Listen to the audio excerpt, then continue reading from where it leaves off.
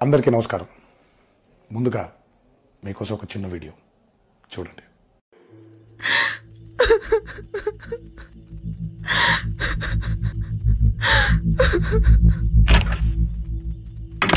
శ్వేత, ఏమైంది? ఏమైంది? ఫేస్బుక్ లో ఒకడు ఫ్రెండ్ రిక్వెస్ట్ పంపించాడే, యాక్సెప్ట్ చేశాను. నంబర్స్ ఎక్స్చేంజ్ చేసుకున్నాం, క్లోజ్ అయ్యాం. ఒకరోజు ప్రపోజ్ చేస్తే యాక్సెప్ట్ చేశానే. అటువంటి ఫొటోస్ అడిగాడే, పంపాను. ఇప్పుడు ఆ ఫొటోస్ అడ్డు పెట్టుకొని బ్లాక్ మెయిల్ చేస్తున్నాడే. నాకేం చేయాలో అర్థం కావట్లేదే.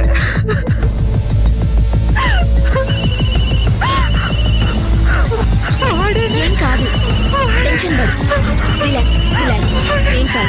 ఏం కాదు. వ్యక్తిగత సమాచారాన్ని సోషల్ మీడియాలో పోస్ట్ చేయకండి. తగు జాగ్రత్తలు వహించండి. అపరిచిత వ్యక్తులతో ఆన్లైన్ పరిచయాలు అనుకోని కష్టాలకు కారణం కావచ్చు. ధైర్యంగా హైదరాబాద్ సైబర్ క్రైమ్కి రిపోర్ట్ చేయండి. జాగ్రత్త.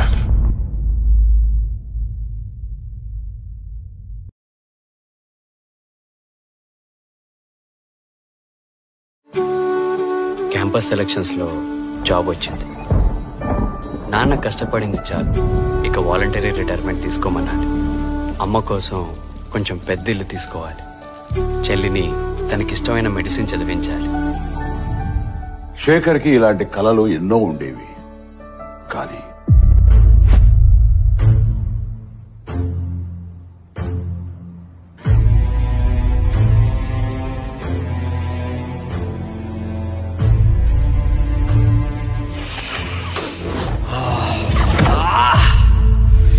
డ్రగ్స్ అలవాటయ్యాక శేఖర్కి తన కలలతో పాటు జీవితంలో మరెన్నో దూరం అయ్యాయి.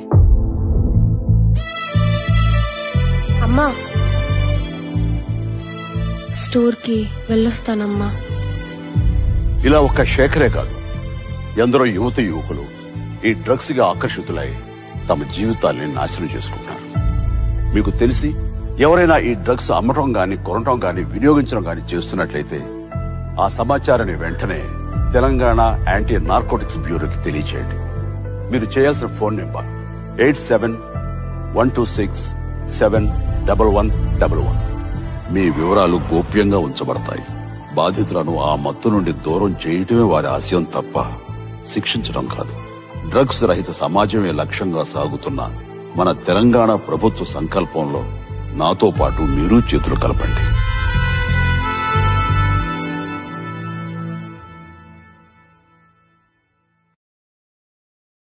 సినిమా ఇండస్ట్రీలో ఉండే ప్రముఖులకు కూడా నా సూచన, మీ కొత్త సినిమాలు రిలీజ్ అయినప్పుడు టికెట్ ధరలు పెంచుకోవడానికి జీవోల కోసం ప్రభుత్వాల దగ్గరకు వస్తుండ్రు. కానీ సామాజిక సమస్య అయిన సైబర్ క్రైమ్, డ్రగ్స్ నియంత్రణలో మీరు మీ సామాజిక బాధ్యతను నెరవేర్చడం లేదు అని మా ప్రభుత్వం భావిస్తుంది.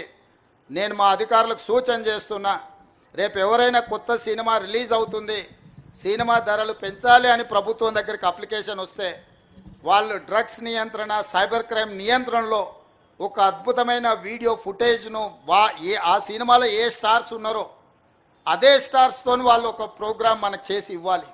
అది ప్రీ కండిషన్. నేను స్పష్టంగా మా అధికారులకు ఆదేశిస్తున్నాను, ఎంత పెద్దవాళ్ళు ఎవరొచ్చి మనల్ని రిక్వెస్ట్ చేసినా వాళ్ళు సైబర్ క్రైమ్కు సంబంధించి, డ్రగ్స్ నియంత్రణకు సంబంధించి ఆ సినిమాలో నటించిన తారాగణం, ఆ సినిమా ప్రొడ్యూసర్స్ 1.5-2 minutes నిడివిగల ఈ సమాజాన్ని పట్టి పీడిస్తున్న వీటికి వ్యతిరేకంగా వాళ్ళు మనకు వీడియో విజువల్స్ తీసుకొచ్చి ఇస్తేనే వాళ్ళకి ఏమైనా వెసులుబాటు, సౌలభ్యాలు ఇవ్వాలి.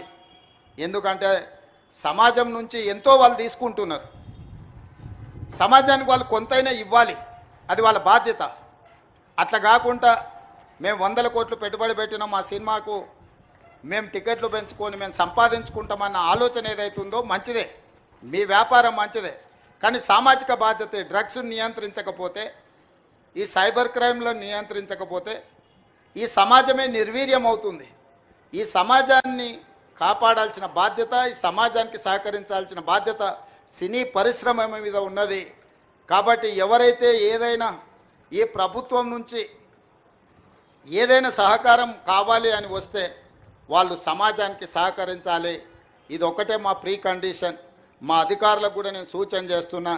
And at the same time మా సైబరాబాద్ కమిషనర్ అవినాష్ మహాంతి గారికి కూడా నా సూచన. ఎందుకంటే మ్యాక్సిమం సినిమా షూటింగ్స్ మీ ప్రాంతంలోనే అవుతాయి లేదా రాచకొండలో అవుతాయి. వాళ్ళు సినిమా షూటింగ్లకు పర్మిషన్కి వచ్చినప్పుడు మీరు ఈ రిక్వెస్ట్ను వాళ్ళ ముందు పెట్టండి. వాళ్ళు ఏమన్నా సినిమా తీసుకొని కానీ ఆ సినిమాలో ఉన్న తారాగణంతో ఈ డ్రగ్స్ నియంత్రణ కోసం, సైబర్ క్రైమ్ నియంత్రణ కోసం 1.5-2 minutes నిడివి కలిగిన చిత్రాన్ని మనకు ఒకటి వాళ్ళు తయారు చేసి మనకి ఇవ్వాలి. అట్లా ఇచ్చిన వాళ్లకు ప్రత్యేకంగా రాష్ట్ర ప్రభుత్వం వెసులుబాటు కల్పిస్తుందని మీరు చెప్పాలి.